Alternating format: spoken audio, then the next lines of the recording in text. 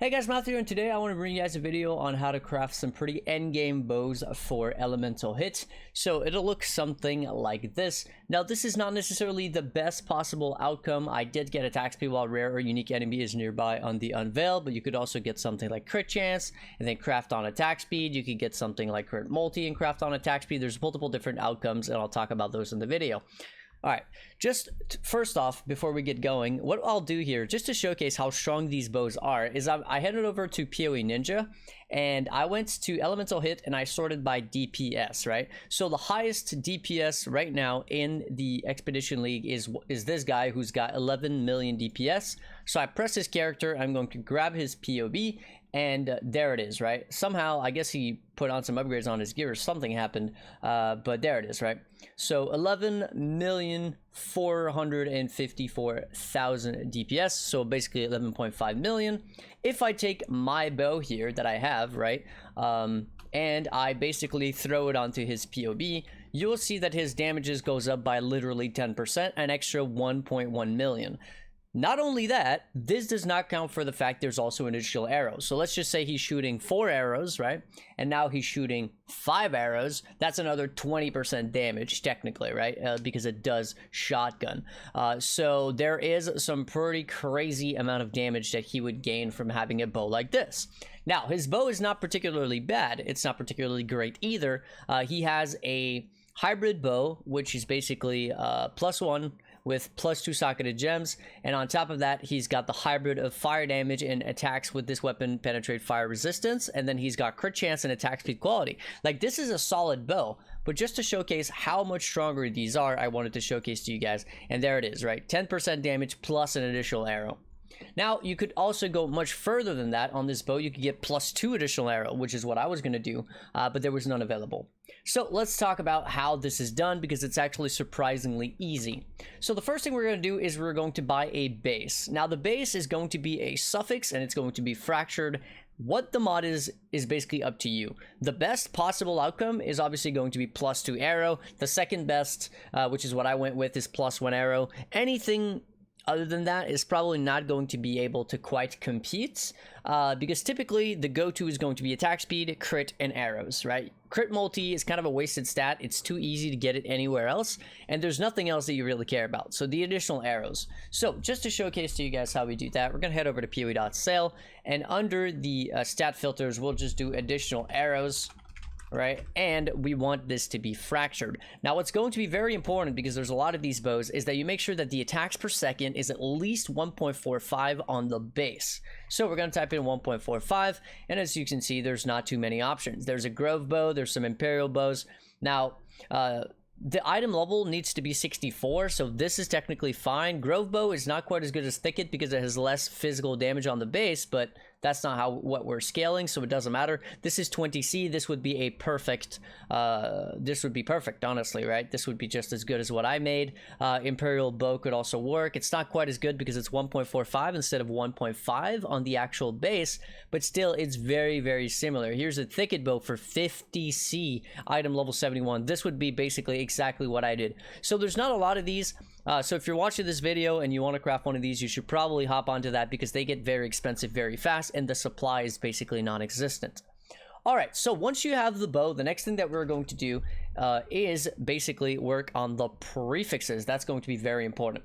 So there's going to be 2 different options. I personally went with Fire Pen because I believe that's just overall the highest damage that you can get. I'm pretty sure, actually, let's verify that. I'm not 100% sure, but let's go ahead and copy paste this into his POB. And what we'll do is we'll remove the fire penetration, and instead we are going to add fire damage, flat fire damage. So essence, and then we'll do fire damage, not the spells, of course. So let's see, adds fire damage, deafening essence of anger. Now personally I went with rage, which is why I got the penetration, but let's say if you got deafening essence of anger instead, here we are, it would be 1% more damage. So as you can see, the flat fire does not compare anywhere near to the value of penetration, which is why personally I think rage is the better option.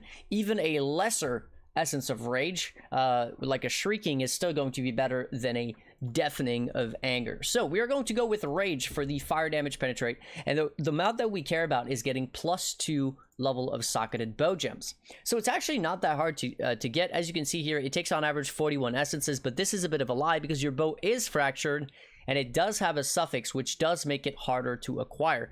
65 essences of Rage on average. Now again, this is a little bit misleading because when you do get these 2 modifiers, there's also a chance to get another suffix or another prefix. If you get another prefix, you're going to have to annul it. So that means that you're taking a 1 in 3 chance. So technically it would go up to about 90, right? Around 90 or 100 essences. And then if you get 2 suffixes alongside your fractured, you also need to remove one of these suffixes. So that might be another annul, but of course, if you have an open prefix, what you can easily do instead is reforge keeping prefixes with Harvest, which goes for about 1 exalt, which is obviously cheaper than, you know, buying so many essences. Is also a lot less annoying. So on average, you're probably expecting it to take about 100 essences to get a bow that will look something like this: fire pen, +2 arrow, an open prefix, +2 bow gems, an open prefix, +1 or +2 arrow, whatever is your fractured, and then 1 more suffix, and that's it, right? Once your bow looks like that, let's go ahead in the emulator, and then we'll actually go ahead and do that. So let's take a thicket bow. Obviously, it's going to be non-influenced because we are working with a fractured item. So we're going to go mod pool suffixes. Let's start with additional arrow. We are going to go ahead and put this on and fracture it. Next, we are going to go to mod pool in the prefixes, and we're going to go +2 bow gems. Actually, that won't quite work. We're going to have to go with the essence first. So let's go ahead and do that. Cannot be used. Okay, boom. Essences, Rage. There it is. Remove this, remove that, and then add in the +2.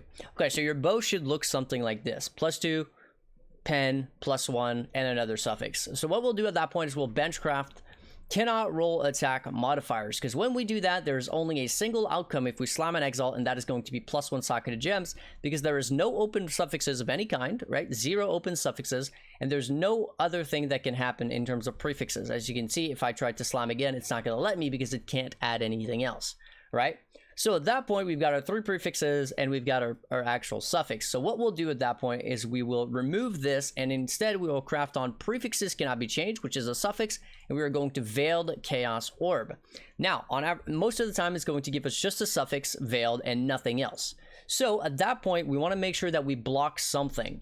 The best possible block is actually going to be damage per frenzy, power, or endurance charges. It blocks out 3,000 weighting compared to anything else. It's by far the best. So let's go ahead and look for that. It should be somewhere here. Damage per, where is it? Okay, there we go. Damage per frenzy charge. Now, the thing is, this is not supported by Craft of Exile, but it does work in the game. So in the game, you can actually put this as a benchcraft, which is going to block it from unveiling, which is really, really good because it blocks all 3: Frenzy, Power, and Endurance charges. All right, so once you've got the block, we are going to unveil, and we are looking for essentially any of the attack speed modifiers or crit chance. Crit chance and attack speed are obviously going to be the best, because then you can craft the remaining one, and that's okay. In this case, for example, we got 14% attack speed and blood rage. So this is okay because it saves us a socket from getting the blood rage for free. But 15% attack speed is not as good as, you know, T1 or anything like that, but it's actually better than crafted attack speed. I believe crafted attack speed goes up to 13%, if I remember correctly. So technically, this is actually better. Yeah, it's better than the 13%, and you get the free blood rage. Cool. Now at that point, you've got 1 open suffix remaining, so you would remove your damage per frenzy or whatever, and you would benchcraft the final suffix, which is going to be critical strike chance and quality. And now you should get your harvest enchant, which is going to be obviously attack speed per 1% quality or 2% quality or whatever it is, 8% quality, and physical does nothing.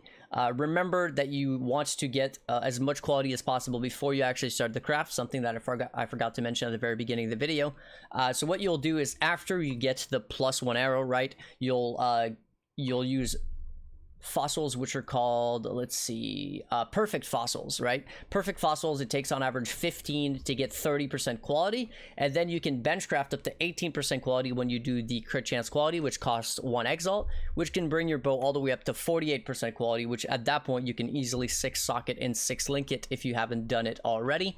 There's no difference between you doing it at first or at the end, because at both points they should have 48 quality, which is going to make it on average somewhere around 600 and I think around 700 fusings actually. And the end product is a bow that'll look something like this or something like that, or of course you could have crit chance and crafted attack speed quality instead, or you know, anything like that. But you should have the crit chance and the attack speed, which are both very extremely important, and the +1 or +2 arrow, +2 being the absolute best, +1 being, you know, the poor man's +2. At this point in the league though, it's super early, so this is still better than any other bow that's on the market right now. And of course you get the +3 and the penetration, which is by far the best stat for elemental hit because of the way that the damage scales on the build. So that's pretty much my updated video guide on how to craft elemental hit bows in this 3.15 update. These bows are honestly, again, very easy to craft. 100 essences that are going for 2C each, right? For Shrieking Essences of Rage, about 2 chaos each. We're talking about, you know, 200 chaos, which is just a few exalts, and that takes care of all your prefixes. Then you've got to do the +1 and then the suffix unveil with veiled chaos. So no need to use ashling, no need to do anything special. It's extremely easy, and these bows are absolutely fantastic. Anyways, hopefully you guys enjoyed the video. Before I go, I do want to say a huge thank you to my supporters: Jordan, Fruitfly, Thomas, Neroth, Masher, Tim, Nick, Jakeoff, Flame Scorpion, Reese, Emma, Road to Millions, Alex, Brandon, Don, Joseph, welcome back, Panda, Atticus, Scott, Bar, Grimoire, Johnny, Ronald, Kevin, Mercury, and Bitizen. So those, of course, everybody else who has supported me in the past, or anybody else who wishes to remain anonymous. Hopefully you guys enjoyed. I'll catch you guys in the next one. Peace.